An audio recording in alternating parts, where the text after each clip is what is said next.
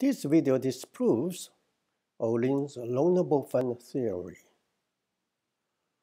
As per Olin, the macro demand gives the supply of cash, and the macro supply gives the demand for cash.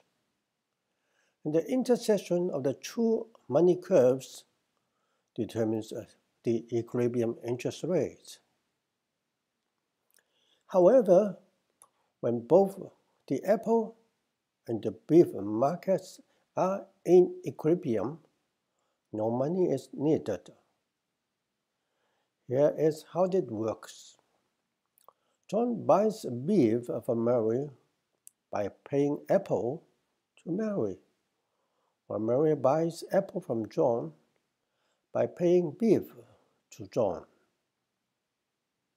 Hence, the separation of an economy into a physical part and a money market makes the latter redundant. This is the first disproof. If John buys beef by paying cash to Mary, then contrary to Olin's supply, John needs money. Hence, it is impossible to derive from the demand some positive supply of a fund.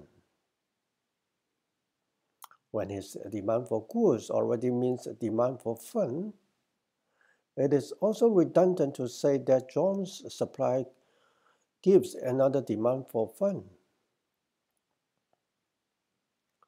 There may be some supply of or demand for money, but not in the way Olin has sketched it. This is the second disproof. When each individualistic demand for goods already derives some demand for money, it is not necessary to obtain the aggregate demand or supply for that purpose.